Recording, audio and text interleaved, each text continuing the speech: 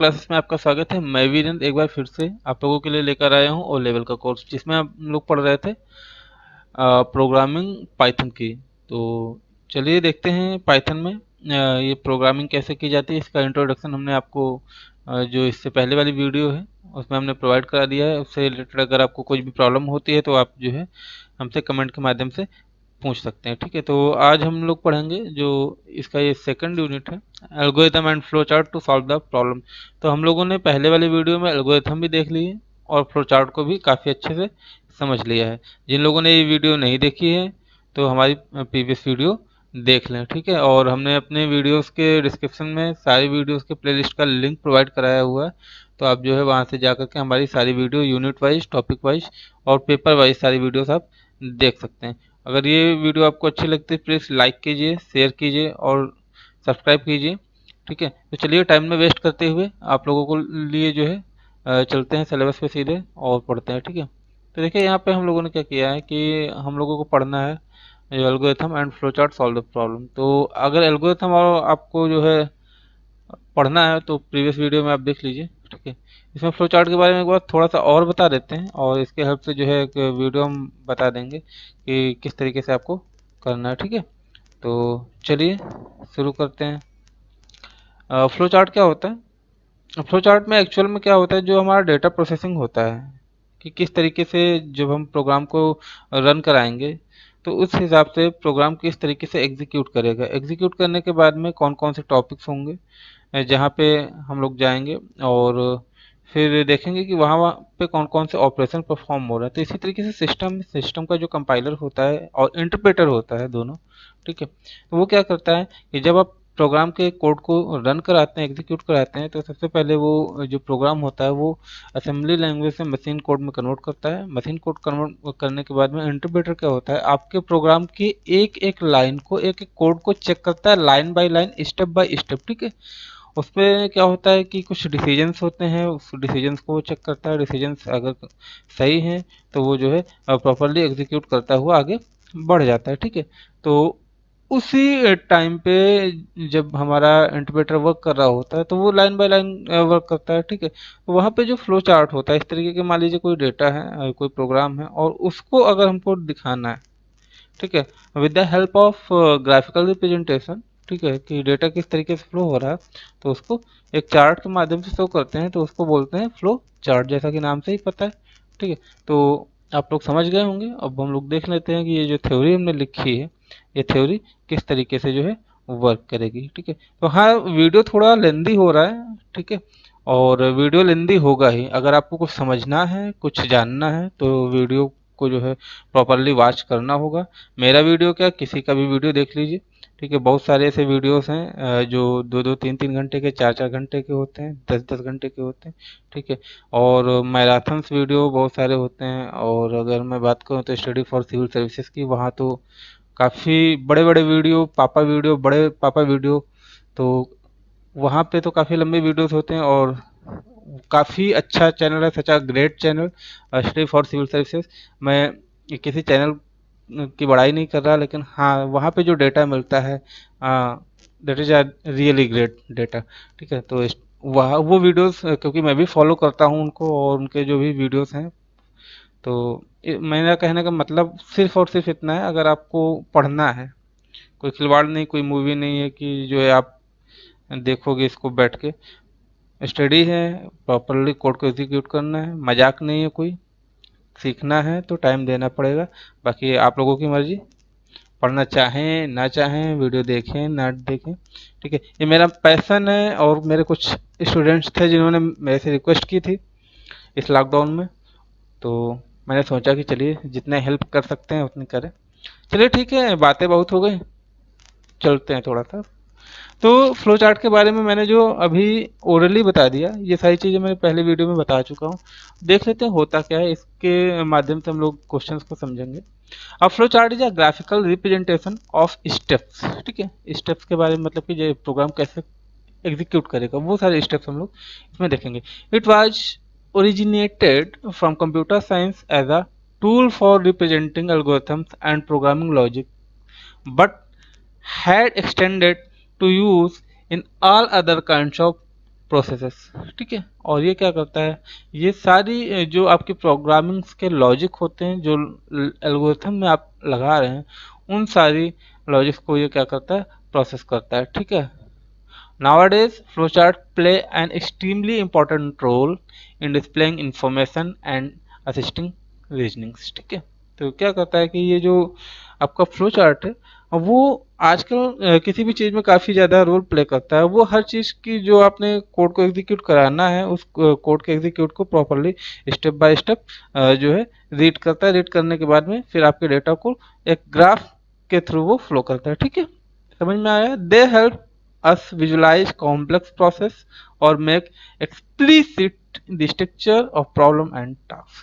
कहने का मतलब क्या है कि ये जो होता है प्रोग्राम, जब हम लोग उसको रन कराते हैं तो रन कराने में सिस्टम किस तरीके से उस प्रोग्राम को एग्जीक्यूट कर रहा है ये नहीं दिखता है, क्योंकि वो बैकएंड प्रोसेस होती है, ठीक है। और फ्रंट एंड में आप जब प्रोग्रामिंग लिखते हैं तो उसमें ये होता ये है कि आप केवल कोड लिख देते हैं, इंग्लिश के कुछ ऐसे कोड्स जो कि सिस्टम को समझ में आता है, प्रॉपर प्लेटफॉर्म पे आप उसको रन कराते हैं, ठीक है। तो कहने का मतलब क्या होता है, जब ये एग्जीक्यूट होता है बाइनरी लैंग्वेज में, ठीक है, बाइनरी कोड्स में कन्वर्ट होता है मशीन लैंग्वेज में, तो वहाँ पे जो बैकएंड में प्रोसेस चलती है वो दिखती नहीं है। तो उस प्रोसेस को एज्यूम करके कि किस तरीके से प्रोग्राम एग्जीक्यूट करेगा, तो उस प्रोग्राम को रन करने के बाद हम जो स्टेप बाय स्टेप फॉलो करते हैं उसको क्या कहते हैं, डेटा फ्लो कहते हैं, ठीक है, या फिर फ्लो चार्ट कहते हैं। समझ में आया? A flowchart can also be used to define a process or project to be implemented, ठीक है। और इसी फ्लो चार्ट के हेल्प से हम लोग जो भी प्रोग्राम करते हैं या बड़े बड़े प्रोजेक्ट्स करते हैं, ठीक है, तो यही चीज़ दर्शाया जाता है। मान लीजिए अगर किसी ने पढ़ा होगा फ्लो चार्ट में, तो शायद किसी ने अगर बीसीए किया होगा, यहाँ पे जो भी कैंडिडेट बीसीए किया होगा और इत्तेफाकन से मेरी वीडियो देख रहा होगा, तो उसको ये पता होगा कि फ्लो चार्ट क्या होता है, ठीक है। अगर हम लोग डीबीडीएमएस जाएं, डेटाबेस पढ़ें, ठीक है, तो वहाँ पे ये सारी चीज़ें काफ़ी ज़्यादा बताई जाती हैं, काफ़ी ज़्यादा वर्क करती हैं। तो चलिए इसका एक सिंपल सा फ्लो चार्ट का एग्जांपल लेंगे और एल्गोरिथम से समझेंगे, ठीक है। वीडियो थोड़ा सा लंबा होगा, धैर्य रखिएगा अगर सीखना है तो, ठीक है। मैं काफ़ी मन से बता रहा हूँ। तो ये चीज़ें हमने, ये जो आपके ओवल बना है, रेक्टेंगल बना है, ये सारे डायमंड शेप वगैरह जो भी हैं, इन सब चीज़ों में जो है पहले भी बता चुका हूँ, फिर भी इसमें हमने एक प्रोग्राम लिया है। प्रोग्राम क्या है, यहाँ पे लिखा है कि find the sum of 529 and 256, ठीक है। तो एक हमको प्रोग्राम बनाना है, इसमें लिखा है a flow chart can also be used a visualising algorithm regardless of its complexity। Here is an example so the flowchart can use simple summation process, ठीक है। समेशन मतलब सम करना। यहाँ पे हमने ये दिखाने की कोशिश की है कि एक प्रोग्राम हमको बोला गया है कि दो नंबर्स हमको दे दिए गए हैं, उनको ऐड करना है, और किस तरीके से ऐड करेंगे और प्रोग्राम उसको कैसे एग्जीक्यूट करेगा वो हम चीज़ें देख लेते हैं। देखिए दो नंबर दिए हैं, सबसे पहले आते हैं, हम आपको प्रोग्राम करके दिखा देते हैं, ठीक है। देखिए ये जो हमारा पहला प्रोग्राम है इसको हम रिमूव कर देते हैं, ठीक है।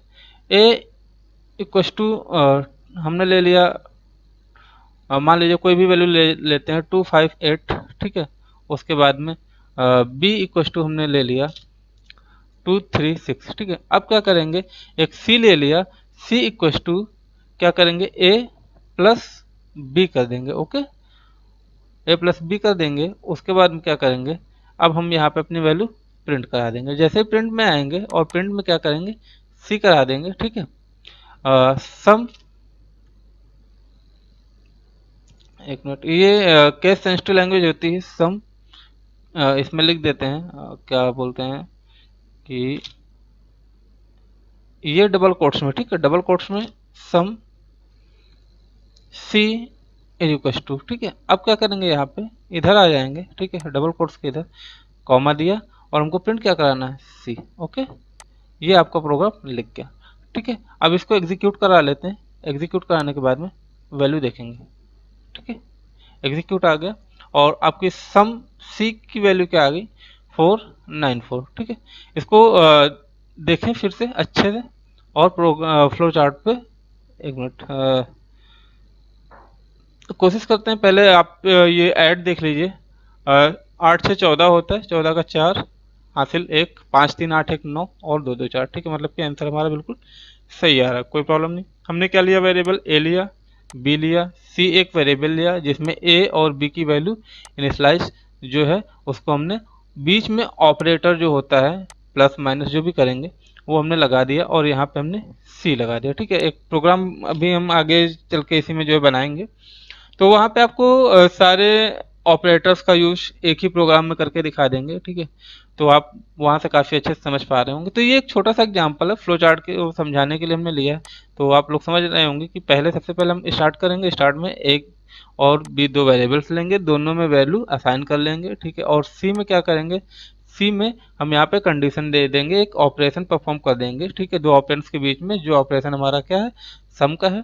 और ये क्या होता है, यहाँ पे डिसीजन बॉक्स होगा। ठीक है, उसके बाद में ये जो है हमारा ये मैसेज प्रिंट कर देगा, मैसेज प्रिंट करने के बाद में ये एग्जिट कर जाएगा या टर्मिनेट कर जाएगा। तो इतना समझ में आ रहा होगा आप लोगों को। तो आई होप कि इससे अच्छा एग्जाम्पल मुझे नहीं लगता कि जो है फ्लो चार्ट के साथ साथ में मैं बता पाऊंगा। ठीक है, लेकिन कोशिश जरूर है कि आपको अच्छे से अच्छा एग्जाम्पल मैं दे पाऊँ।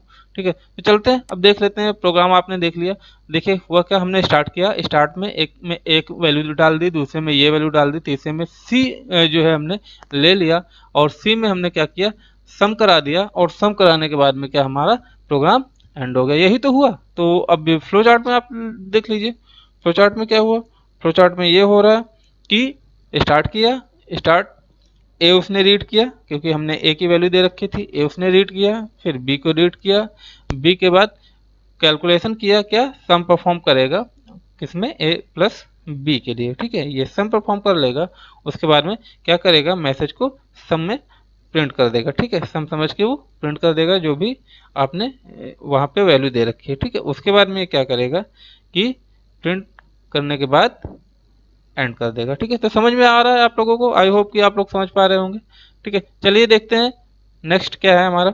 ठीक है, नेक्स्ट वैल्यू हमारी, तो नेक्स्ट वैल्यू में हम देखेंगे यहाँ पे एक कैलकुलेट करना है प्रॉफिट एंड लॉस। ठीक है, कंडीशन ये है कि अगर आप प्रॉफिट या लॉस प्रिंट करना चाहते हैं तो उसमें किस तरीके से, सेम वही प्रोसेस है, बस इसमें क्या होगा, हमारा जो है प्रॉफिट और लॉस दोनों चीज़ें देखने को मिलेंगी यहाँ पे। ठीक है, तो परेशान होने की जरूरत नहीं, मैं ये बता देता हूँ आपको।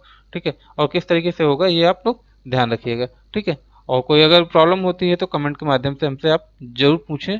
ठीक है, देखिए होगा क्या यहाँ पे, प्रॉफिट और लॉस सबको पता है, प्रॉफिट और लॉस का जो है किस तरीके से वो प्रॉफिट और लॉस परफॉर्म करता है।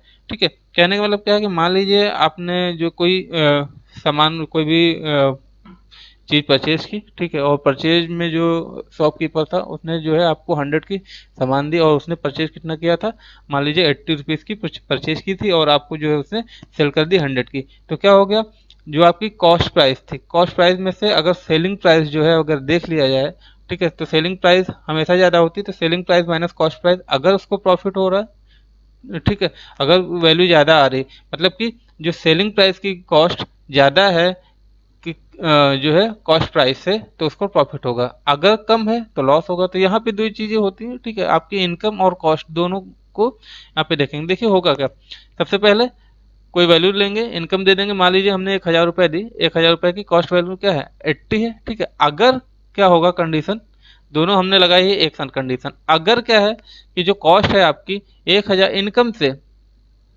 क्या है, कम है, तो वो एग्जीक्यूट करेगा।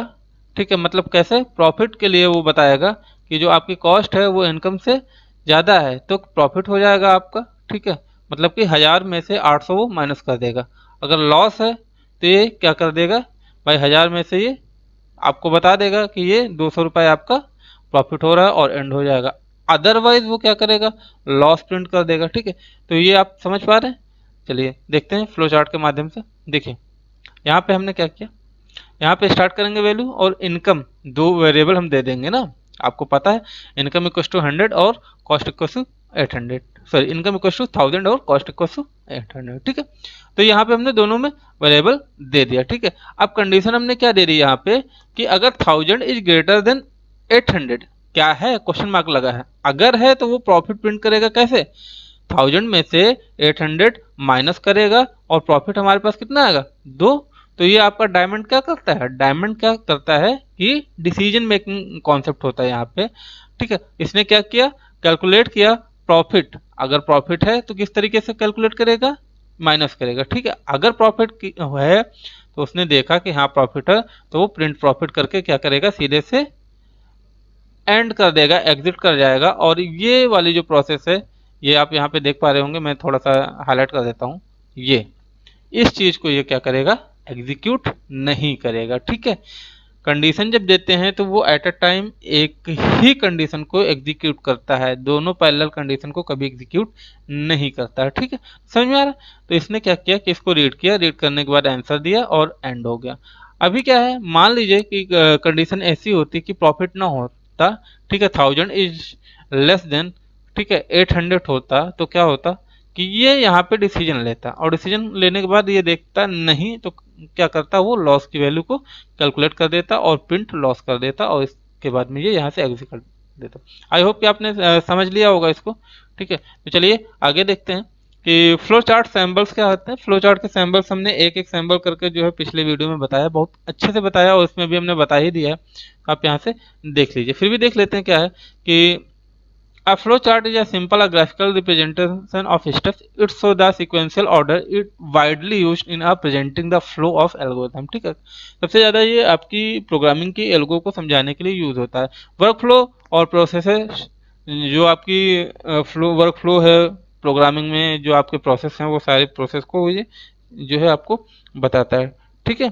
तो आगे typically a flow chart shows the step as boxes as various kind and their order by connecting them with arrows, ठीक है। और बहुत सारे ऐसे होते हैं जो कि एरोस से कनेक्ट होते हैं। तो चलिए हम लोग देखते हैं कि आगे क्या है, ठीक है। तो आगे देखने के लिए हम लोग ये देखिए, ये एरो बनी है आपकी, एरो देख रहे हैं, एरो की जो नीड है उसे सबसे ज़्यादा इंपॉर्टेंट होती है। एरो शो करती है कि किस तरीके से डेटा आपका फ्लो हो रहा है, ठीक है। तो इसमें कोई घबराने की बात नहीं कि अगर एरो आ गया तो आप किस तरीके से शो करेंगे, ठीक है। तो ये काफ़ी अच्छी चीज़ है।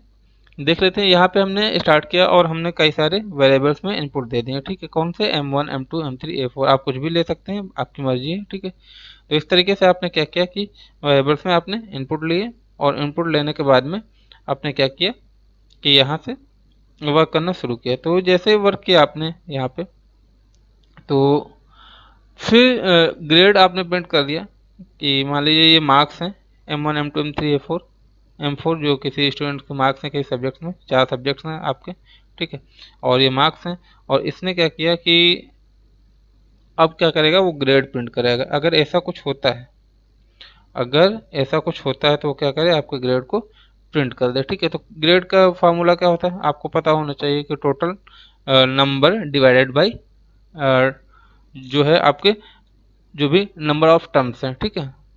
मान लीजिए यहाँ पे 4 सब्जेक्ट्स के मार्क दिए हैं, तो हम क्या करेंगे, 4 से डिवाइड कर देंगे। इतना समझ में आ रहा है। आगे क्या करेंगे, अब यहाँ पे डायमंड आ जाएगा हमारा, जो कि डिसीजन मेकिंग जो है सैम्बल होता है, वो ये शो करता है कि आप किसी की भी वैल्यू का डिसीजन किस तरीके से करेंगे, ठीक है। अगर कोई कंडीशन दे रखी है तो इसमें कौन सी डिसीजन आपको अप्लाई करनी है, ठीक है। तो ये सारी चीज़ें हैं। अब यहाँ पे क्या करेंगे, डिसीजन कह रहा है कि अगर ग्रेड आपका 60% से ज़्यादा आ रहा है तो क्या करें, आपको जो है 60% से अगर ग्रेड आपका ज़्यादा आ रहा है, मतलब कि if grade is less than equal to 60, मतलब ग्रेड अगर आपका 60 आ रहा है, कितने ग्रेड अगर आपका ज़्यादा आ रहा है 60 से, तो आपको फेल कर देगा। क्यों, क्योंकि ग्रेड ज़्यादा है, ठीक है। और इसमें लिखा है if grade is less then 60, अगर नो आएगा ग्रेड जो है, अगर लेस देन आएगा तो प्रिंट करेगा पास, ठीक है, एग्जीक्यूट कर जाएगा, एग्जिट कर जाएगा। उसके बाद में अगर इसने जो है कंडीशन अपोजिट वाली देख ली, ठीक है, उसको एग्जीक्यूट किया, तो ये क्या हो जाएगा, फेल हो जाएगा, ठीक है। तो इस तरीके से कंडीशंस फ्लो चार्ट के द्वारा हम दिखाते हैं कि किस तरीके से प्रोसेस होती है और रन होता है, ठीक है, और किस तरीके से बैकएंड में प्रोसेस चलती है जो कि हमको दिखती नहीं। तो यही एक सिंपल और साधारण सा जो है एक कह सकते हैं कि स्ट्रक्चरल वे है, जहाँ से हम अपने प्रोसेस में किस तरीके से डेटा फ्लो हो रहा है उसको हम लोग शो कर सकते हैं, ठीक है। तो आई होप कि आप समझ पा रहे होंगे। जहाँ पे प्रोग्राम की नीड है मैं प्रोग्राम करके दिखाऊंगा और आपको एक एक चीज़ समझाऊंगा भी। तो पहले थ्योरी समझिए, फिर प्रोग्राम, ठीक है। अब decision based processing and iterative processing. Iterative के बारे में मैं बार बार बता चुका हूँ। इटरेटिव क्या होते हैं कि कैसे फंक्शंस होते हैं जो स्वयं को कॉल करते रहते हैं, ठीक है। और स्वयं को कॉल करने में ये जो इटरेटिव फंक्शंस होते हैं वहाँ पे लूपिंग की बात आती है। और लूपिंग में हम लोग जानते हैं, कई बार पढ़ चुके हैं, for loop, while loop, do while loop, ठीक है। इस तरीके के जो फंक्शंस होते हैं जो वो आपके इटरेटिव फंक्शन कहलाते हैं, ठीक है। तो इसके बारे में पता हो गया आपको। चलिए बताते हैं decision making. Python decision making क्या होती है? Decision making is a anticipation of condition occurring while execution of the program and specifying action taken according to the conditions. Decision structure evaluate multiple expression with the procedure true or false as outcome. You need to determine which action to take and which statements to execute if outcome is true or false otherwise, ठीक है। तो ये कुछ decisions होते हैं जहाँ पे केवल दो चीज़ें होती हैं और दो चीज़ों में या तो आप हाँ कहेंगे या तो ना कहेंगे, बीच में कोई ऑप्शन नहीं होता। इसी तरीके से क्या होता है, जो आपका प्रोग्राम होता है, प्रोग्राम में कुछ ऐसी चीज़ें होती हैं जो डिसीजन बेस्ड ही होती हैं, जहाँ पे आप केवल बाइनरी वैल्यू का ही यूज़ करेंगे। जीरो आएगा आउट या फिर वन आएगा। तो जहाँ पे जीरो आता है वो फॉल्स होता है, जहाँ पे वन आता है वो क्या होता है, ट्रू होता है। तो आई होप कि आप समझ पा रहे होंगे। तो यहाँ पे डिसीजन मेकिंग यही होती है। आपको कहीं ना कहीं से किसी न किसी तरीके से आपको केवल हाँ और ना में जवाब मिलेगा, ट्रू और फॉल्स में जवाब मिलेगा, जीरो और वन में जवाब मिलेगा, ठीक है। जीरो और वन के अलावा कोई भी वैल्यू जो है सिस्टम नहीं समझ पाता, क्योंकि ये बाइनरी होता है, डिजिटली होता है और सिस्टम भी हमारा डिजिटली है, ठीक है। तो चलते हैं ट्रू और फॉल्स की कंडीशंस को देखते हुए। ये जो हमारे पास आपको फिगर दिख रहा है इस पे हम देखते हैं यहाँ पे हम किसी भी चीज़ को स्टार्ट करेंगे, स्टार्ट करने के बाद कंडीशन देंगे, ठीक है। कंडीशन देने के बाद में ये ब्लॉक डायग्राम हमने आपको शो करने के लिए, मतलब समझाने के लिए लिया है, ठीक है। आगे चल के हम प्रोग्राम भी करेंगे इससे। तो अगर कंडीशन देंगे, अगर कंडीशन ट्रू हुई तो कंडीशन के कोड को एग्जीक्यूट करके आपको आउटपुट दे देगा, सीधी सी बात है। अगर कंडीशन फॉल्स हुई तो किसी भी कोड को एग्जीक्यूट नहीं करेगा और वो एग्जिट कर जाएगा, लेकिन जो आपको आउटपुट आएगा वो ट्रू और फॉल्स में आएगा, ठीक है। तो परेशान होने की जरूरत नहीं है यहाँ पे कि अगर कोई कंडीशन हमको मिल ही नहीं रही तब आंसर क्या आएगा, तब आंसर आपका फॉल्स आ जाएगा, ठीक है। समझ पा रहे हैं? चलिए नीचे लिखा है कि, चलिए आते हैं नीचे, आते हैं थोड़ा सा इसको ऊपर कर लेते हैं। A Python programming language assume any non-zero and non-null values as true. If it is either zero or null, then it assumed as false value, ठीक है। ऐसा मतलब नहीं है कि अगर आपका प्रोग्राम एग्जीक्यूट कर रहा है और एग्जीक्यूट करने के बाद में उसमें कोई वैल्यू जो है असाइन नहीं थी, तो वो क्या करेगा, वो उसको जीरो मान के वैल्यू का जो आंसर होगा वो फॉल्स दे देगा, ठीक है। तो इस तरीके से होता है। तो आई होप कि आप समझ पा रहे होंगे। आगे देखते हैं।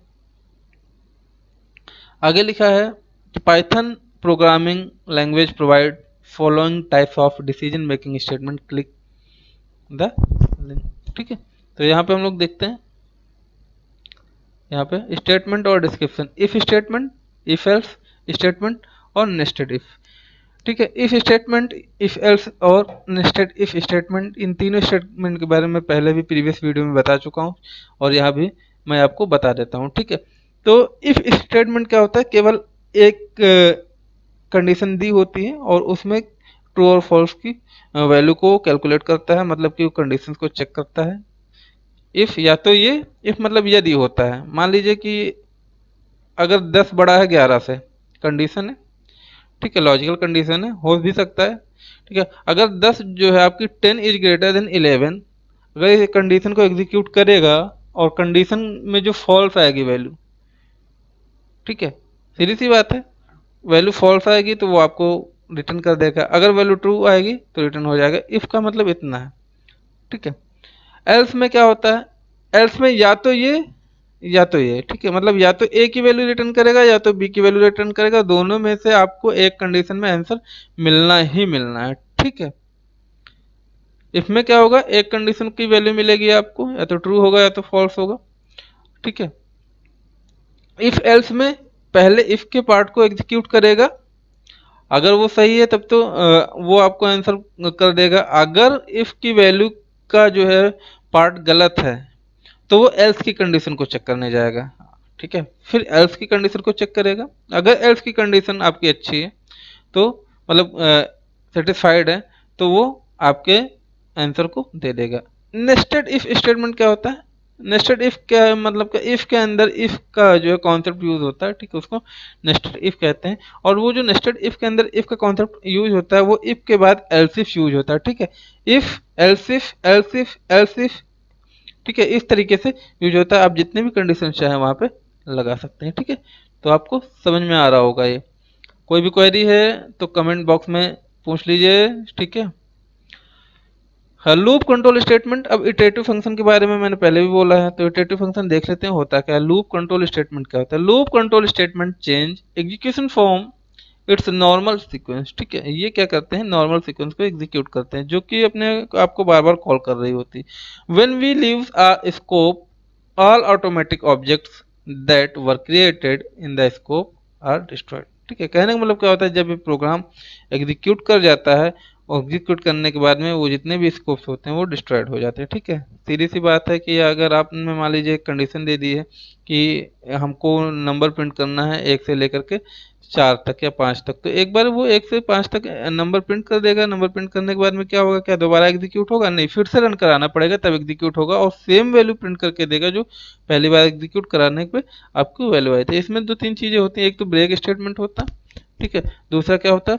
कंटिन्यू स्टेटमेंट होता है। ठीक है, तो इन दोनों के बारे में पहले हम लोग देख लेते हैं। ब्रेक स्टेटमेंट ये होता है कि terminate the loop statement and transfer execution of the statement immediately following the loop. जैसे मान लीजिए कि एक एग्जांपल ले लेते हैं दैनिक जीवन से रिलेटेड। ठीक है, मतलब रियल लाइफ रिलेटेड।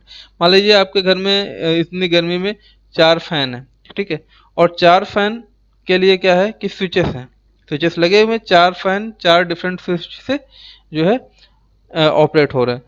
अभी क्या करना है कि आपको कहीं निकलना है तो आप अपने रूम का जो है स्विच ऑफ करके जाएंगे, लेकिन कंडीशन ये है कि चारों स्विच जो है एक ही रूम में लगे हुए हैं और फैन अलग अलग लगे हुए हैं। ठीक है, तो कहने का मतलब क्या है कि जब आप अपना रूम जो है छोड़ रहे होंगे तो आप उन चारों में से किसी एक स्विच का, जो स्विच आपके फैन से रिलेटेड होगा, उसको ऑफ कर देंगे। मतलब कि इमीडिएटली किसी भी प्रोसेस को ऑफ कर देना वहां पे ब्रेक स्टेटमेंट का काम होता है। ठीक है, तो आई होप कि इससे अच्छा एग्जांपल आपको नहीं मिलेगा कहीं भी, तो ये होता है। ठीक है, कंटिन्यूअसली क्या होता है? कंटिन्यूअसली यही होता है कि आप किसी भी जो है कंडीशन को कंटिन्यूअसली एग्जीक्यूट कर सकते हैं तुरंत, इमीडिएटली। मान लीजिए आप बाहर से आए, आपका काम खत्म हो गया था, आप बाहर से आए और 3 फैन चल रहे थे आपको, और आपको उसी 3 फैन में से आपके अपने रूम का फैन ऑपरेट करना है, तो आपने तुरंत जाके स्विच ऑन कर दिया। ठीक है, तो स्विच ऑन किया तो क्या हुआ? आपका रूम का जो है फैन ऑन हो गया। ये जो चीजें होती हैं ब्रेक और कंटिन्यू, ये जो है स्विच स्टेटमेंट्स होते हैं, जो कि हमने प्रीवियस वीडियो में आपको बताया है। अगर जिन लोगों ने देखा नहीं है वो लोग जाके देख लें, काफ़ी अच्छे से बताया है। बार बार उसी चीज़ को यहाँ पे बताना ठीक नहीं लगा, इसलिए हमने जो है वहाँ पे काफ़ी अच्छे से बताया और यहाँ पे इलेबोरेट कर दिया है। ठीक है, तो इस तरीके से आप जा सकते हैं। जो हमने वहाँ पे प्रोग्राम बताया है वो आपका CSS में बताया है। ठीक है, पाथ स्टेटमेंट क्या होता है? अब ये समझ लीजिए कि पाथ स्टेटमेंट होता है the path statement Python used when a statement is required. ठीक है, syntactically but you do not want to command और कोड टू एग्जीक्यूट। ये पाथ स्टेटमेंट क्या होता है कि मान लीजिए कोई भी प्रोग्राम एग्जीक्यूट कर रहा है, उस समय आप अपने पर्सनल जो कोड को एग्जीक्यूट नहीं करा सकते। हाँ, ये है कि उसको पास करा सकते हैं, जरूर पास करना कराने का मतलब छोड़ सकते हैं। ठीक है, इस तरीके के जो एग्जीक्यूट कोड्स होते हैं वो वर्क करते हैं। तो ये हो गया पास। नेस्टेड व्हाइल लूप क्या होता है, इसके बारे में थोड़ा सा देख लिया जाए। नेस्टेड व्हाइल लूप होता है कि मान लीजिए कि आप किसी प्रोग्राम को एग्जीक्यूट कर रहे हैं। ठीक है, कोई प्रोग्राम है, आप जो है वहां पे जा रहे हैं, तो जब भी, व्हाइल मतलब जब तक, एक कंडीशन आप दे देंगे और उस कंडीशन में क्या होगा कि आपको पता होगा कि जब तक ये रन करेगा, जब तक ये रन करेगा तब तक कोड को एग्जीक्यूट होना ही होना है। ठीक है, तो ये समझ में आ रहा है कैसे? पढ़ते हैं थोड़ा सा इसके बारे में और फिर प्रोग्राम देखेंगे कि किस तरीके से प्रोग्राम इसका किया जाएगा। ठीक है, देखिए होता क्या है कि एक मिनट रुकिएगा, मैं तो कुछ, हाँ देखिए होता क्या है, अगर सॉरी पहले पढ़ लेते हैं क्या है। If a while loop consist of another while loop we can call it a nested while loop. कहने का मतलब क्या है कि अगर एक व्हाइल लूप दूसरे व्हाइल लूप को कॉल करेगा, तो ऐसे कई बार कई सारी चीजें मतलब कई सारे व्हाइल लूप्स को आप कॉल करा सकते हैं। इसको क्या कहते हैं, व्हाइल लूप का नेस्टेड पार्ट। ठीक है, there is no particular limit for number और loop is instead while loop it may go on a many time users required to declare its in the program. Example के जो है through से समझते हैं। एक एग्जाम्पल हमने यहाँ पे ले रखा है, ठीक है, और इसको हम जो है अपने उस प्रोग्राम में एग्जीक्यूट करते हैं। चल के चलिए, ठीक है, तो देखते हैं कि ये व्हाइल का प्रोग्राम किस तरीके से एग्जीक्यूट करेगा। ठीक है, तो इस प्रोग्राम को हम लोग लिखेंगे अपने एडिटर पे, जो हमारा पाइथन का सॉफ्टवेयर है। ठीक है, पाईचार्ट बोलते हैं, और यहाँ पे हमने एक फाइल बना रखी है वीटेक क्लासेस की। ठीक है, डॉट पी वाई है इसका एक्सटेंशन, आप लोग देख सकते हैं यहाँ से। ठीक है, तो होता क्या है कि जब हमने यहाँ पे प्रोग्राम लिखा और प्रोग्राम लिखने के बाद में ये देखिए यहाँ पे i इक्वस टू 1 है और j इक्वस टू 1 है। दो वैल्यू हम साथ साथ चलाएंगे, दो वेरिएबल्स के साथ में। ठीक है, पहली वैल्यू क्या करेगी कि वाइल i की वैल्यू लेस हो कब तक, सॉरी i की वैल्यू जो है वो 6 तक चले और j की वैल्यू 0 से स्टार्ट हो। ठीक है, अब ये क्या करेगा, प्रिंट i और j करेगा। i और j में जो भी वैल्यू जाएगी उसको क्या करेगा, स्टोर करके रखेगा। ठीक है, जब वैल्यू स्टोर हो जाएगी, ठीक है, स्टोर होने के बाद में जे को क्या करेगा, जो जे की वैल्यू आएगी जे की वैल्यू में से एक कम करता रहेगा और जो आई की वैल्यू रहेगी आई की वैल्यू में एक प्लस करता रहेगा। समझ में आ रहा, इसको रन कराते हैं, देखते हैं। यहाँ पे रन कराया हमने और ये हमारा प्रोग्राम रन होकर आ गया। ठीक है, अब देखिए हुआ क्या है एक्चुअल में। आई की वैल्यू 1 से स्टार्ट थी और जे की वैल्यू 5 से स्टार्ट थी। ठीक है, ये कितनी बार चलेगा, 6 बार। क्यों 6 बार चलेगा, क्योंकि आई की वैल्यू कहाँ से स्टार्ट हो रही है, 1 से ना, और जे की वैल्यू कहाँ से स्टार्ट हो रही है, 0 से। ठीक है, तो जे में हमारी वैल्यू कितनी, कहाँ से, 5 से। तो अब क्या करेगा, कह रहे हैं कि जब तक आई की वैल्यू 6 से छोटी हो, मतलब 5 तक तो एग्जीक्यूट करेगा, 6 को एग्जीक्यूट करने जाएगा तब उसको पता चलेगा ना कि ये जो 6 की वैल्यू 6 से छोटी नहीं बराबर है। समझ रहे हैं इस चीज को, तो वो क्या करेगा, 5 तक एग्जीक्यूट करेगा और जे की वैल्यू जो है कहाँ से, 5 है और कब तक चलेगा, जब तक कि 0 ना हो। मतलब 5 बार तो एग्जीक्यूट करेगा ही, 0 तक तो करेगा, लेकिन जब छठवीं बार एग्जीक्यूट करने जाएगा तो वो देखेगा कि 0 की वैल्यू जो है 0 से छोटी नहीं है। समझ पा रहे हैं इस चीज को, तो वो एग्जीक्यूट कर लेगा। अब देखिए यहाँ पे क्या प्रिंट करेगा, जे की वैल्यू में एक माइनस करेगा और आई की वैल्यू में एक प्लस करेगा। देखिए पहले आई की वैल्यू, आई हमने लिया पहले आई की वैल्यू, देखिए यहाँ पे आई की वैल्यू चला रहे हैं तो आई की वैल्यू, आई पहले 1 होगा, उसके बाद भी फिर ये चेक करेगा जा करके कि क्या आई की वैल्यू 1 से कम है या 1 से ज़्यादा है। कंडीशन को चेक करेगा, हाँ 1 से कम है। क्यों, क्योंकि आई में एक जुड़ रहा है। आई की जो वैल्यू आएगी, अभी देखिए आई में पहली वैल्यू क्या थी, 1 थी। अब आई में क्या, जब 1 थी, अब आई की वैल्यू कंडीशन चेक करेगी कि क्या आई की वैल्यू से 6 से छोटी है, हाँ बिल्कुल छोटी है, तो उसमें एक आप ऐड कर दें। तो फिर जब एक ऐड हो जाएगा, अब आई की वैल्यू कितनी हो जाएगी, 2। फिर ये वाइल चेक करेगा, ठीक है, और साथ में ये भी चेक करते रहेगा, जे की वैल्यू क्या चेक करेगा कि जे की वैल्यू क्या ग्रेटर देन 0 है, तो हाँ 5 है। अब क्या करेगा, फिर दोनों कंडीशन अपने आप में एक बार फिर एग्जीक्यूट होगी। आई की पहले कंडीशन चेक होगी, कहेगा कि क्या आई की वैल्यू जो है 6 से छोटी है, कहेगा हाँ। तो अगर आई की वैल्यू 6 से छोटी है तो वो एक में फिर जोड़ेगा, फिर 2 हो जाएगी, और इसी तरीके से जे में 1 से माइनस। तो इस तरीके से 5 6 बार एग्जीक्यूट करेगा प्रोग्राम, लेकिन 5 बार की वैल्यू एग्जीक्यूट करेगा, 5 बार के वैल्यू का आउटपुट आपको देगा। ठीक है, क्यों, क्योंकि छठवीं बार वो ये चेक करने जाता है कि क्या ये वैल्यू जो गिवन है ये इससे छोटी है या बड़ी है। ठीक है, समझ में आ रहा है, चलिए आई होप कि समझ में आ रहा होगा। कोई दिक्कत होगा तो बताना कमेंट में। ठीक है, तो इस तरीके से इसका आउटपुट आप देख सकते हैं। चलिए, बहुत स्लो पढ़ा रहा हूँ, समझा के पढ़ा रहा हूँ, ठीक है, जिसको स्लो लगे तो वो स्पीड बढ़ा के देख सकता है, कोई वैसी बात नहीं है। तो in this example we have two variables I and J which are used are different text expression, it is used a classic में। ठीक है, तो ये समझ में आ गया। ठीक है, दूसरा चीज देखते हैं। अब यहाँ पे देखेंगे पाइथन प्रोग्राम हम दो वैल्यू को स्वेप करेंगे। दो वैल्यू को स्वेप करने के लिए मतलब क्या होगा कि दो एक ऐसी वैल्यू होगी, जैसे मान लीजिए 10 से 50, पहला नंबर 10 है, वो दूसरे में 50 की जगह हो जाए और 50 वाला नंबर क्या पहले नंबर की जगह आ जाए। ठीक है, तो होता क्या है, देखिए स्वेप के लिए कई सारी कंडीशंस होती है। एक बहुत सिंपल सी कंडीशन आपको बताता हूँ कि कैसे स्वेप वैल्यू की जाती है। मान लीजिए आपके पास दो बर्तन है, दोनों बर्तन में क्या है कि एक में दूध रखा है, एक में दही रखा है। तो अब आपसे कह दिया जाए कि दूध वाले बर्तन को दही में डाल दो और दही वाले बर्तन को, ठीक है, मतलब सॉरी उल्टा बोल गया मैं, मतलब कि दूध, दो बर्तन है, दूध और दही के दोनों में, एक में दूध है एक में दही है। अब आपसे किसी ने कहा कि भैया ऐसा करो कि जिसमें दूध है उसमें दही रख दो, जिसमें दही उसमें दूध रख दो। तो आपको सिंपल क्या करना है कि एक तीसरा बर्तन ले आना है, तीसरे बर्तन में पहले क्या कर देना है, दूध ले लेना है। ठीक है, जो पहले बर्तन में दूध था उस दूध को तीसरे बर्तन में ले लेना है। अब क्या, दूध वाला बर्तन खाली हो गया, उसमें आप उठा के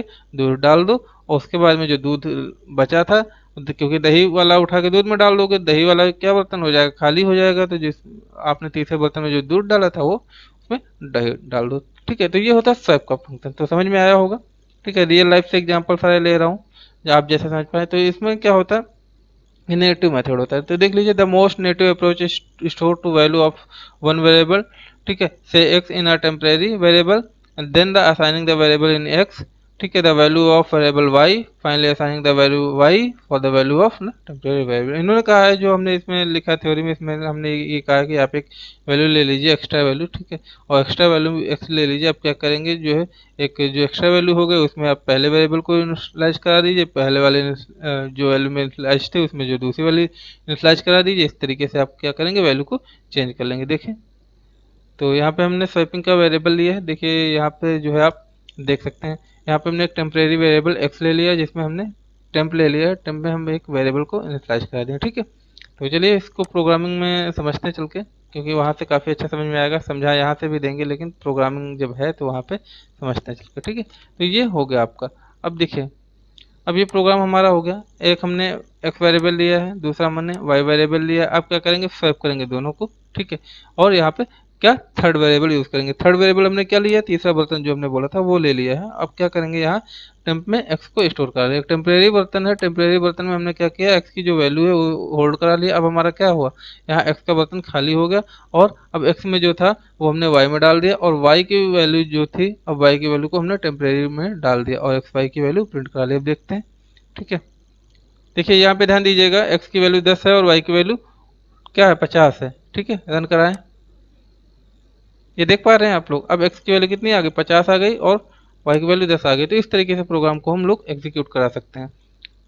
तो आगे देखते हैं, ये समझ में आ गया होगा। प्रोग्राम को आप नोट कर लीजिए। ठीक है, कहीं से भी, यहाँ से भी या वहाँ से भी। ठीक है, आगे अरिथमेटिक ऑपरेटर्स सभी लोग जानते हैं। अरिथमेटिक ऑपरेटर्स वही सारे होते हैं, add, subtraction, multiplication, division, modulus. ठीक है, ये सारी चीज़ें होती हैं। इसमें आइडिया, ये प्रोग्राम मैं कई बार बता चुका हूँ आपको, फिर भी देख लेते हैं। The idea to get sum one of the two given number, the numbers can be solved using the sum subtraction from some Python program to demonstrate summing of two values. ठीक है, तो ये देखिए, इसमें जोड़ घटा के वैल्यू को स्वैप करना है। ठीक है, अर्थमेटिक ऑपरेटर से इसको जो है, चलिए देख लेते हैं क्या करना है। ठीक है, इसमें क्या करना है ये चीज़ हम लोग देख लेते हैं। ठीक है, यहाँ पे करना कुछ नहीं होता है, बस यहाँ पे जो जोड़ तोड़ के वैल्यू को यूज़ किया जाता है। ठीक है, देख लेते हैं। ये देखिए, यहाँ पे जो है हमने वैल्यू को ले रखा है, एक्स और वाई लिया है। यहाँ पे अर्थमेटिक ऑपरेटर्स का यूज़ करेंगे, लेकिन जो है यहाँ पे कोई थर्ड वेरिएबल नहीं लिया। देखिए क्या करेंगे, एक्स वैल्यू लिया है, एक्स में एक्स और वाई को जोड़ दिया। ठीक है, अब क्या किया, वाई में से एक्स की वैल्यू जो टोटल हो गई, देखिए एक्स वैल्यू है यहाँ पे, समझिएगा एक्स की वैल्यू कितनी, 10 है, वाई की वैल्यू कितनी, 50 है। अब हमने क्या किया, एक्स की वैल्यू में एक्स और वाई की वैल्यू दोनों जोड़ दी, तो 50 10 60 हो गया। अब वैल्यू वाई की कितनी है, 50 है। ठीक है, अब जब हमने यहाँ पे 50 में क्या किया, जो 60 वैल्यू हो गई, 60 में से हम इसकी वैल्यू को माइनस कर देंगे तो बचेगा हमारे पास 10। ठीक है, अब क्या होगा, अब x की वैल्यू जो भी थी हमारी 10 हो गई। अब 10 में से जो हमारी 60 है, 60 में से फिर अपनी वैल्यू को 50 निकाल लेंगे तो वो हमारी कितनी बचेगी, 60 उधर था, 50 निकालेंगे कितनी बचेगी, 10 वैल्यू बचेगी। अगर ऐसा है तो हमारी वैल्यू चेंज हो जाएगी, एक्स में आपकी आ जाएगी 50 और वाई में 10 आ जाएगी। इसको एग्जीक्यूट कराते हैं, देखते हैं।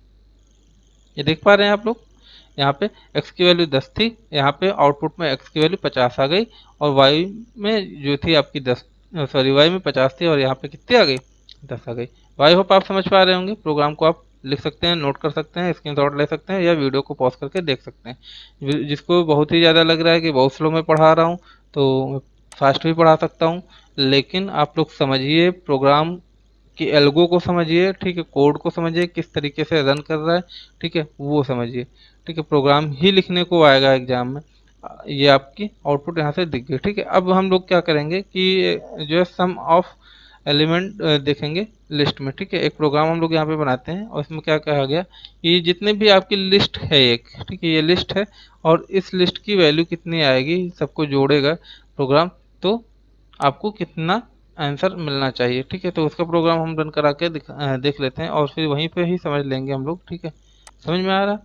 तो देखिए यहाँ पे प्रोग्राम जो हम कह रहे हैं, यहाँ पे हमने टोटल एक वेरिएबल ले लिया जिसमें हमने 0 इनिशियलाइज कर दिया, ठीक है। अब लिस्ट क्रिएट करेंगे, ठीक है। हमेशा याद रखिएगा लिस्ट बड़े ब्रैकेट में होती है, ठीक है। लिस्ट 1 करके हमने एक वेरिएबल ले लिया जिसको बड़े ब्रैकेट में स्टोर कर दिया, आप कोई भी वैल्यू दे सकते हैं, ठीक है। उसके बाद में क्या किया, एक रेंज दे दिया, और रेंज कब से कहाँ से, जहाँ से वैल्यू हमने इनिशियलाइज की है और जहाँ तक वैल्यू हमने इनिशियलाइज की है, ठीक है, दोनों, ठीक है। फॉर के कंडीशन से चलेंगे, 0 कॉमा लेंथ के लिए हम लोग, सॉरी लिस्ट के लिए एलियस, सॉरी लिस्ट के लेंथ के लिए हम लोग एलियन लिखते हैं और लिस्ट 1 करते हैं। अब क्या करेंगे, टोटल जो भी होगा, टोटल क्योंकि 0 है यहाँ पे तो कुछ तो होगा नहीं, अब क्या करेंगे टोटल में टोटल प्लस लिस्ट की वैल्यू जो भी होगी उसको ऐड करा देंगे, ठीक है। अब प्रिंट करा लेंगे sum of all elements in given list. अब क्या करेंगे, जितने भी आपके वैल्यू लिस्ट में है उसको सम कर देंगे, ठीक है, और प्लस ये वैल्यू टोटल की वैल्यू भी सम कर दें, ठीक है। उसके बाद हमको टोटल कर दे,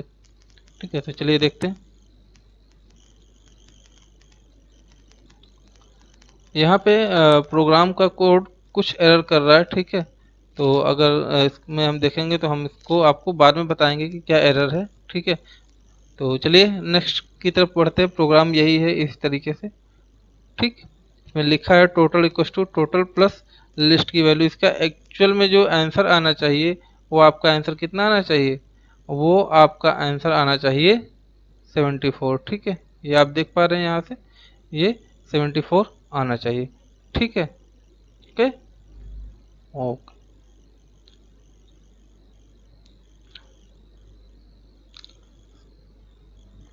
तो चलिए देख लेते हैं फिर से कि इसका जो आउटपुट आएगा वो कितना आएगा, 74 आएगा, ठीक है। आगे decimal to binary base conversion, आपको पता है कि डेसिमल से बाइनरी को बेस कन्वर्जन कैसे किया जाता है, ठीक है। तो ये चीज़ हम लोग देख लेते हैं, ये भी प्रोग्राम हमने जो है लिख रखा है और यहाँ पे हम लोग देख लेंगे, ठीक है।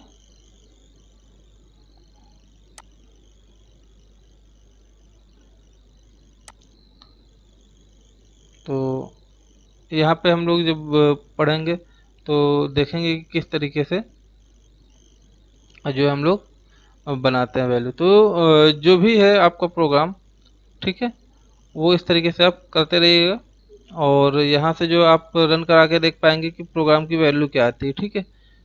तो ये सारी चीज़ें हैं, तो आप यहाँ से काफ़ी अच्छे से देख पा रहे हैं कि चलिए हम यहीं पीडीएफ में समझा देते हैं। देखिए होता क्या है कि यहाँ पे आप क्या लेंगे, बाइनरी ले लेंगे, ठीक है। अगर चेक करेंगे नंबर क्या है, एक है, से बड़ा है, तो क्या करेगा ये मॉड जो है ये जब डिवाइड करेंगे तो 2 से डिवाइड करेंगे और जो का परसेंट जो आएगा, 2 का जो रिमाइंडर आएगा वो स्टोर होता रहेगा। अब क्या करेंगे, उसमें जो है आपका जो एक नंबर वेरिएबल है, नंबर वेरिएबल में वो चीज़ स्टोर होती रहेगी। जितनी बार भी आप नंबर डालेंगे उसको 2 से डिवाइड करेगा, 2 से डिवाइड करने के बाद में जो उसका रिमाइंडर होगा वो एग्जीक्यूट करा के स्टोर करता रहेगा, ठीक है। उसके बाद में ये बाइनरी नंबर आपको प्रिंट करके दे देगा, ठीक है। तो समझ पा रहे हैं आप लोग किस तरीके से प्रोग्राम एग्जीक्यूट करता है, ठीक है। तो इस तरीके से आप देख सकते हैं। तो चलिए देखते हैं, ये पहले जो हम लोग प्रोग्राम लिस्ट का जो है काउंट कर रहे थे, लिस्ट में जो वैल्यू थी वो किसी रीजन से नहीं हो पाया था। तो चलिए फिर से इस प्रोग्राम को देख लेते हैं। हमने यहाँ पे प्रोग्राम लिख लिया है, ठीक है। और हमने प्रोग्राम लिखने के बाद यहाँ पे देखिए टोटल में हमने जीरो इनिशियलाइज करा दिया, लिस्ट में हमने कुछ वैल्यूज डाल दी, ठीक है। उसके बाद में क्या किया, रेंज दे दिया है जीरो से लेकर के लिस्ट वन तक, ठीक है। अब टोटल में क्या करेंगे हम लोग, टोटल में टोटल प्लस लिस्ट की वैल्यू प्रोवाइड करा देंगे। जब हम इसको एग्जीक्यूट कराएंगे देखते हैं ये वैल्यू 74 आ रही है, ठीक है। आप यहाँ पे ऐड करके देख सकते हैं। तो इस तरीके से प्रोग्राम हमारा एग्जीक्यूट करेगा, ठीक है। तो कोई प्रॉब्लम नहीं है। तो अब हम लोग देखते हैं इसी तरीके से जो दूसरा प्रोग्राम है, ठीक है। ये एलिमेंट लिस्ट वाला था प्रोग्राम, में कोई प्रॉब्लम नहीं है, आप देख सकते हैं, ठीक है। सेम कोडिंग है, लेकिन कुछ सिस्टम की वजह से जो प्रोग्राम एग्जीक्यूट नहीं किया था, ठीक है। कोई फाइल मिसिंग बता रहा था। चलिए अब डेसिमल टू बाइनरी कन्वर्जन यहाँ पे भी देख लेते हैं, डेसिमल टू बाइनरी कन्वर्जन, ठीक है। तो जब डेसिमल टू बाइनरी कन्वर्जन आएंगे हम लोग, तो यहाँ पे डेसिमल के बारे में हम लोग देखेंगे, ठीक है। तो अब हम लोग देखेंगे कि डेसिमल टू बाइनरी कन्वर्जन के लिए यहाँ पे हम यहाँ से कोड ले लेते हैं, और कोड लेने के बाद में हम इसको एग्जीक्यूट कर लेंगे, ठीक है। ये हमने कोड ले लिया यहाँ से, ठीक है। और उसके बाद में हम डेसिमल टू बाइनरी कन्वर्जन में देखेंगे, ठीक है। यहाँ पे हमने पेस्ट किया और देखते हैं कि क्या वैल्यू आती है। ये देखिए यहाँ पे बोल रहा है कि कोई भी आप वैल्यू एंटर कीजिए। जैसे 8 डालेंगे तो 8 का क्या होता है आपको पता होगा, 1000 होता है। तो ये देखिए 1000 हो गया, ठीक है। आप दूसरे भी नंबर को आप यहाँ पे चेक कर सकते हैं, ठीक है। इसको अगर मान लीजिए आप जो है 16 को या फिर 20 को चेक करना चाहें, सॉरी यहाँ पे लिखिए कि 20 को चेक करना चाहें, तो आप यहाँ पे 10100 के फॉर्म में देख सकते हैं। कोई भी वैल्यू आप डाल के देख लीजिए जो आपको समझ में आए, ठीक है। तो आप यहाँ से इस प्रोग्राम के कोड को नोट कर सकते हैं। मान लीजिए हमने यहाँ पे डाल दिया 300, ठीक है। पता नहीं कितनी होती होगी, लेकिन ये देखिए इतनी होती है। तो कोई भी आप वैल्यू डालेंगे तो ये यूजर इनपुट है, यूजर जो भी इनपुट देगा वहाँ से ये जो आपको बता देगा, ठीक है। तो चलिए देखते हैं आगे। तो इस तरीके से जो है हमने ये प्रिंट कर लिया, ठीक है। अब हम लोग देखेंगे एक नया प्रोग्राम है, ठीक है, रिवर्स नंबर यूजिंग लूप, ठीक है। अब हम लोग यहाँ पे रिवर्स नंबर यूजिंग लूप देखेंगे। यहाँ पे क्या करेंगे, हमने एक वेरिएबल ले लिया है और इंटीजर टाइप का होगा, ठीक है। तो यहाँ पे आप अपना नंबर डाल सकते हैं, ठीक है। उसके बाद में क्या करेंगे, यहाँ पे एक और वेरिएबल ले लिया टेस्ट नम नाम से, उसको हमने जीरो इनिशियलाइज कर दिया कि कोई गार्बेज वैल्यू ना हो, इसीलिए जीरो इनिशियलाइज किया जाता है, ठीक है।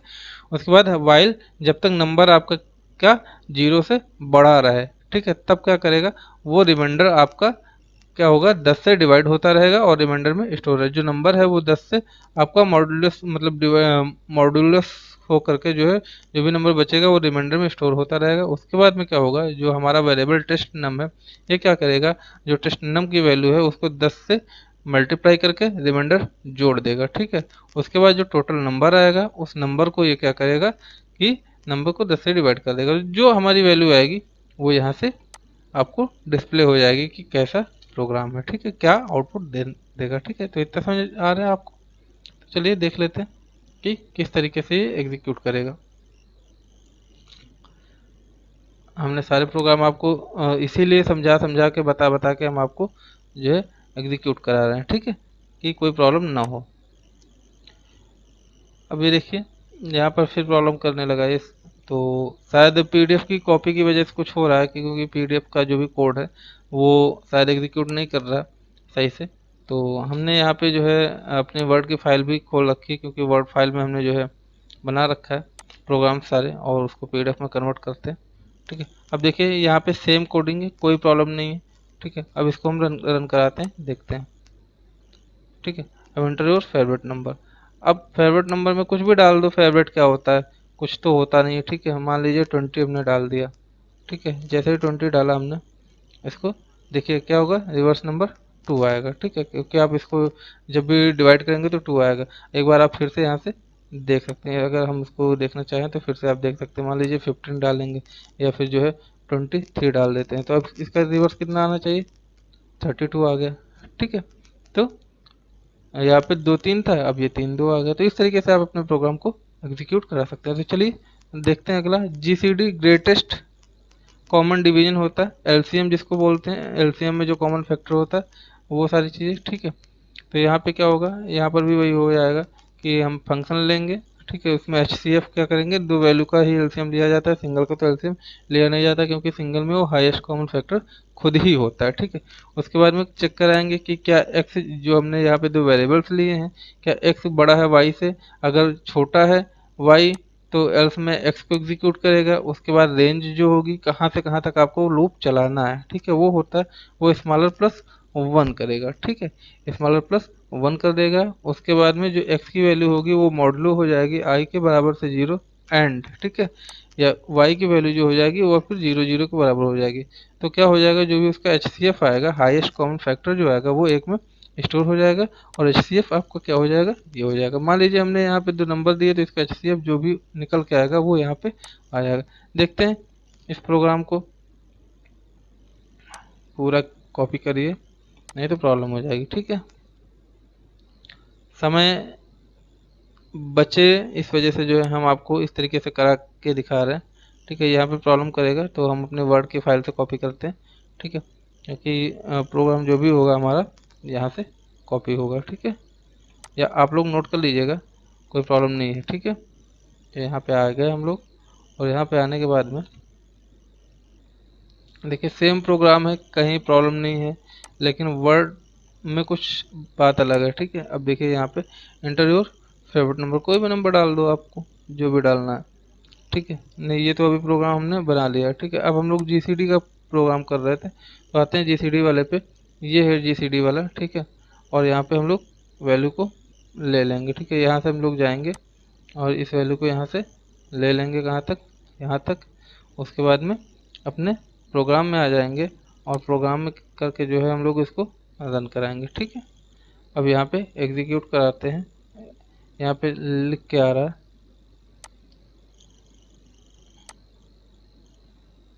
ठीक है। यहाँ पे H C F highest common factor क्या आ रहा है, सिक्स आ रहा है। क्यों, क्योंकि अगर देखिए 54 और 24 दोनों को अगर आप डिवाइड करेंगे तो 6 से ही डिवाइड होगा, ठीक है।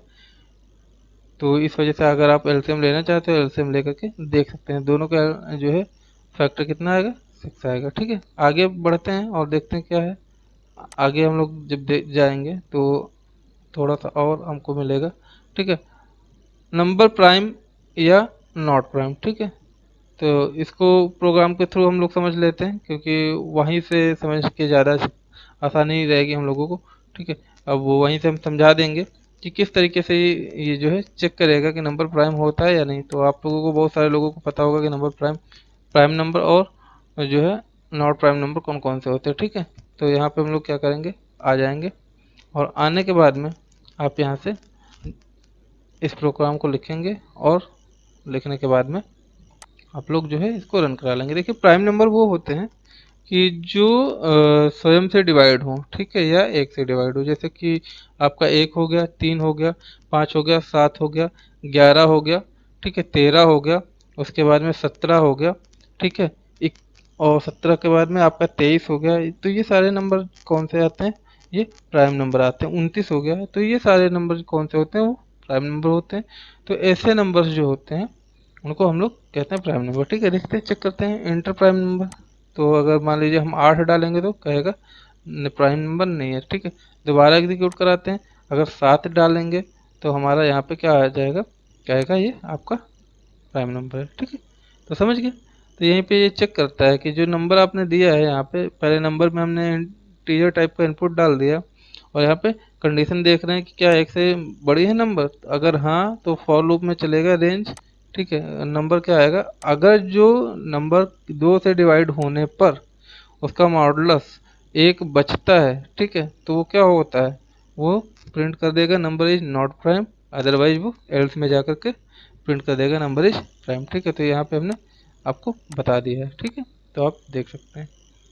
तो इस तरीके से आप लोग इसको नोट कर लीजिए। आगे हम लोगों ने प्राइम नंबर और नॉट प्राइम का देख लिया कंडीशन, आगे हम लोग देख लेते हैं फैक्टोरियल का, ठीक है। फैक्टोरियल कंप्यूटेशन आपको पता ही है, फैक्टोरियल में जो है वैल्यू काउंट होती है, ठीक है। जैसे फाइव का फैक्टोरियल 120 होता है, कैसे, five into four into three into two into one, पाँच चौके 20, तेईस 60 न 120, एकम 120, ठीक है, ऐसे आप कह सकते हैं, ठीक है। तो यहाँ पे भी फैक्टोरियल क्या करता है, रिकर्सिव फंक्शन के तरीके से ही कॉल करता है। और ये जो समझने वाला है, यहाँ पे देखिए फैक्टोरियल में हमने क्या किया कि यहाँ पे एक वैल्यू इनिशियलाइज करा दी एक, और उसमें, ठीक है, हमने दे दिया कि अगर नंबर आपका जो है वो छोटा है जीरो से, सॉरी हाँ, नंबर जो है छोटा है जीरो से, तो क्या करें कि कोई फैक्टोरियल नंबर नहीं है, वो आंसर दे दे। ठीक है, अगर जो है आपका नंबर जो है जीरो के बराबर है तो जीरो का फैक्टोरियल हमेशा एक होता है, तो एक वैल्यू प्रिंट कर देगा। और अगर इसके बाद अगर जो है आपकी रेंज एक या फिर नंबर प्लस एक कर देगा तो ये फैक्टोरियल में फैक्टोरियल मल्टीप्लाई वन करेगा, उसके बाद नंबर का फैक्टोरियल प्रिंट करके दे देगा। ठीक है, चलते हैं हम लोग फैक्टोरियल के प्रोग्राम को रन करते हैं। ठीक है, तो इस प्रोग्राम को हम लोग जो है वर्ड की फाइल से कॉपी कर लेंगे यहाँ से। ठीक है, चलिए देख लेते हैं।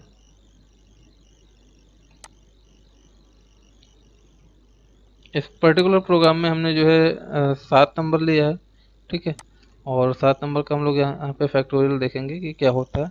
ठीक है, क्योंकि ये देखिए हमने यहाँ पे ऊपर इनिशलाइज 7 कर दिया। ठीक है, यहाँ पे और ये देखिए 7 का जो है 540 होता है। कैसे होता है? 7 × 6 × 5 × 4 × 3 × 2 × 1। ठीक है, तो ऐसे वैल्यू करेंगे जो भी आपकी वैल्यू आएगी वो यहाँ पे फैक्टोरियल हो जाएगी। ठीक है, तो आप मल्टीप्लाई करके देख लीजिएगा। इस तरीके से हम लोग फैक्टोरियल देखते हैं। आगे बढ़ते हैं, फैक्टोरियल का हो गया। ठीक है, अब यहाँ पे 5040 आएगी। अब फेवन के सीरीज़ क्या होती है? फेवन के सीरीज जो है खुद ही जो है अपने आप को कॉल कर लेती है। ठीक है, तो यहाँ पे हम लोग फेवन की सीरीज देखेंगे। कॉन्सेप्ट वही सारे हैं, इसमें कुछ प्रॉब्लम नहीं है, तो आप लोग देख सकते हैं। तो इस प्रोग्राम को भी मैं आपको रन करा के दिखा देता हूँ। ठीक है, तो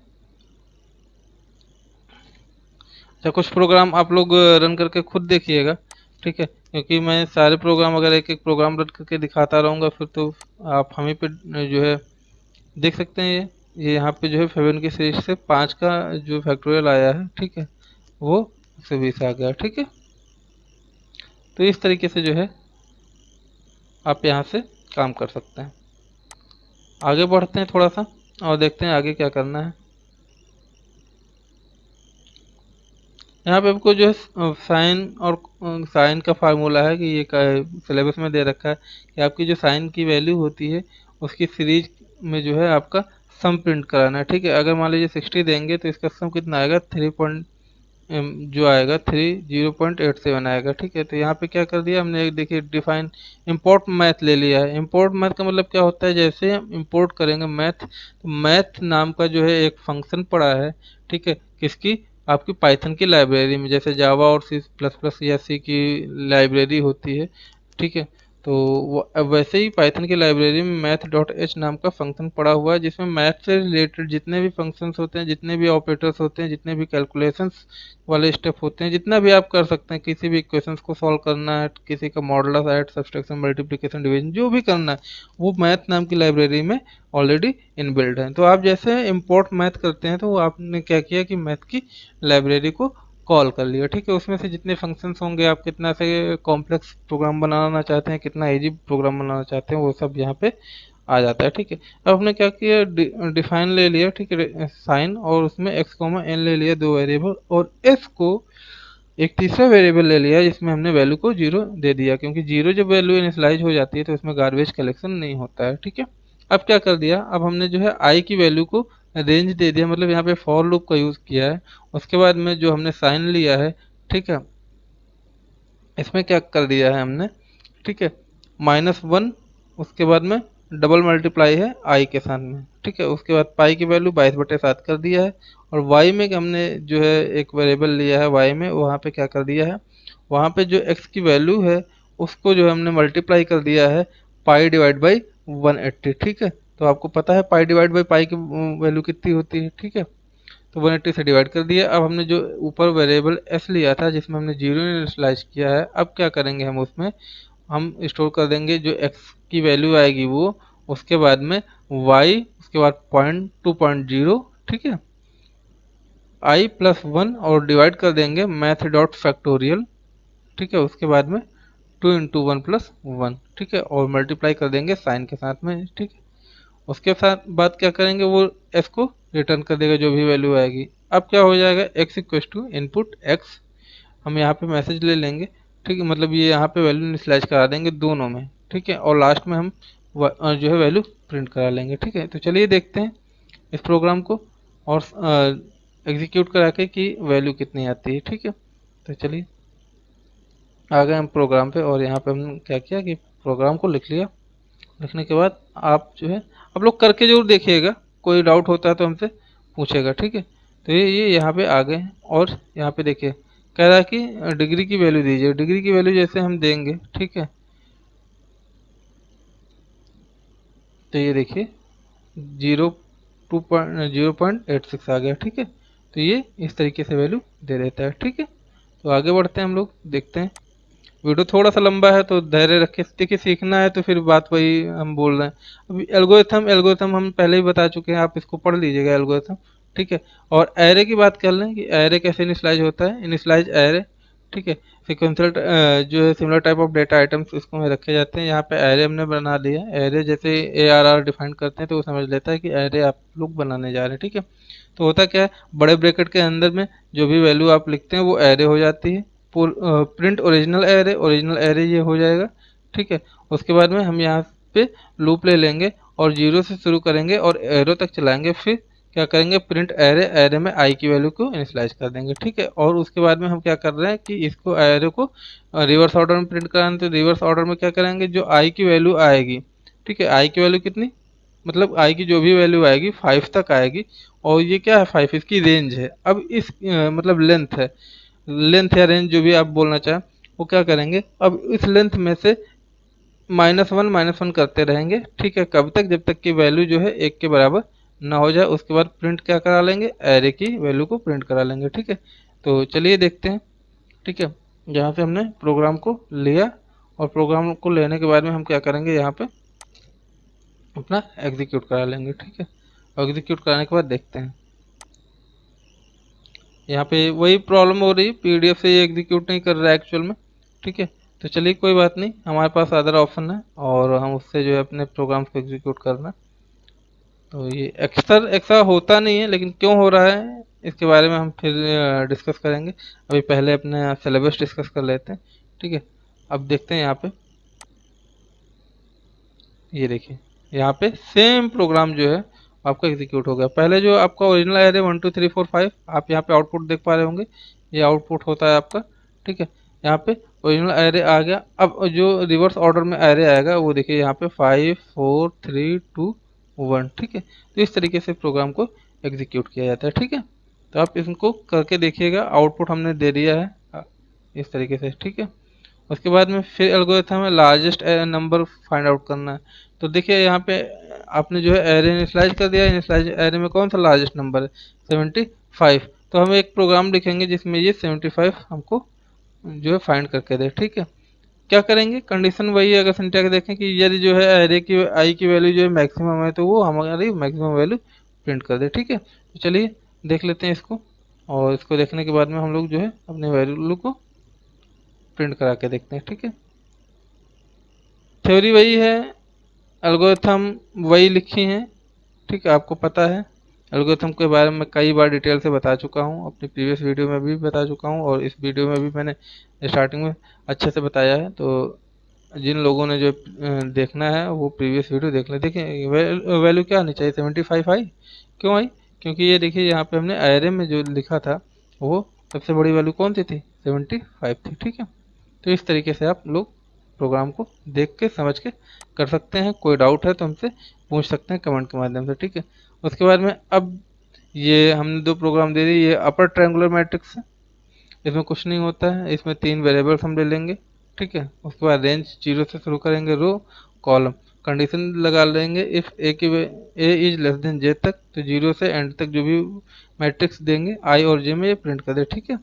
तो अपर है और ये लोअर है, तो आप लोग दोनों को देख लीजिएगा। तो आज का यहीं तक रखते हैं, ठीक है। तो चलिए मिलते हैं नेक्स्ट वीडियो में, और देखने के लिए बहुत बहुत धन्यवाद।